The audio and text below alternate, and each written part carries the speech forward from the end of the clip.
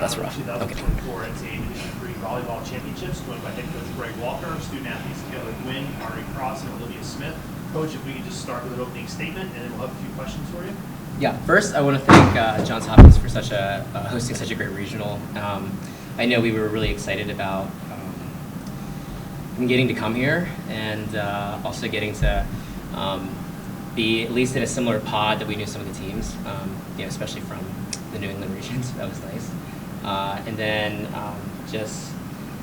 Ithaca's they've been hot for a couple years. So, for them, I told our team about just repeat regional finals. They've been on the verge and they're on the hunt, and we wish them the best for sure. But yeah, I really just want to. I want to make comments about how good of leadership we've had with our team, and this is it's here in front of you. So we've it's one of those things. We've been playing really great volleyball for. I think about how far it's come in 4 years, and I think about the amount of trust we put in putting our captains and our leadership in the team. So I could not be more proud for what they accomplished here in such a short amount of time, especially making a second round appearance here in the NCAA tournament. Olivia and Ari, you've been captains for the last few seasons now. How special has it been to work with your teammates and this coaching staff through the journey?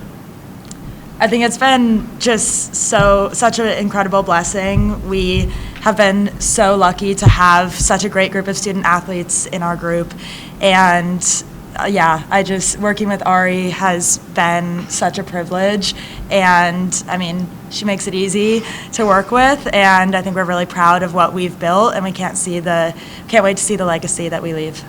Absolutely. We can't thank, beginning with our senior class and everyone else who's come aboard these past few seasons enough for buying in. That was sort of our mantra for the entire season, is to buy into what we believe and know we can accomplish.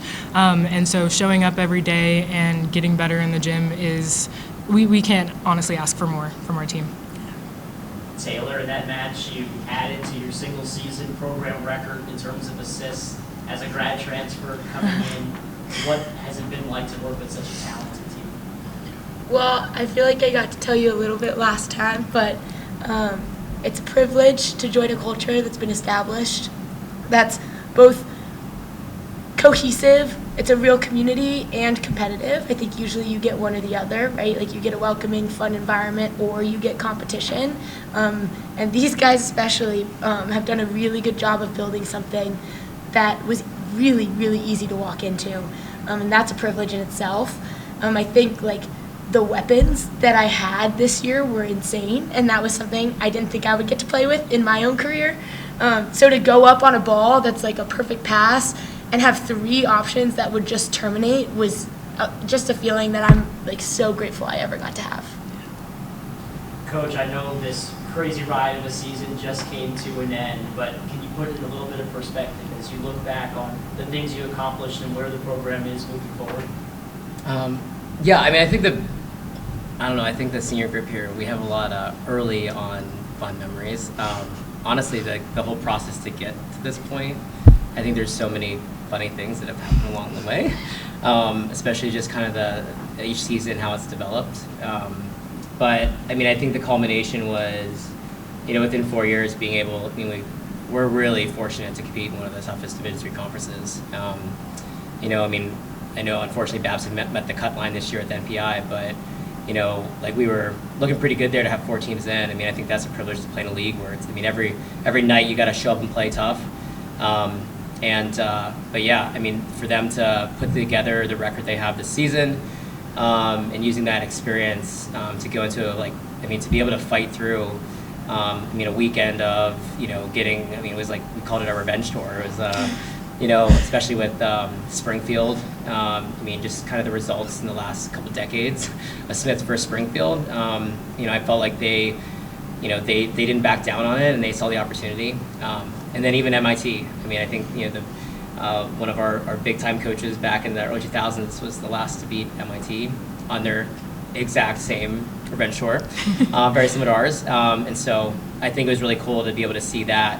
And then both nights being able to come back 5 sets and being able to dig out of it.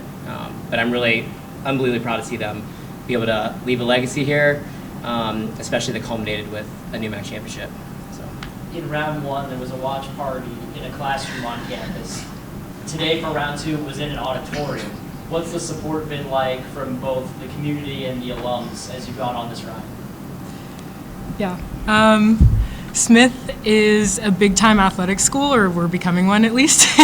And so a big part of that is our Student Athlete Advisory Council, who puts together all of these super awesome events that support other sports teams. And so we've done a lot for basketball, and now that volleyball has been improving so much in the past year, we've been gaining so much support from the Smith community and also the greater Northampton community.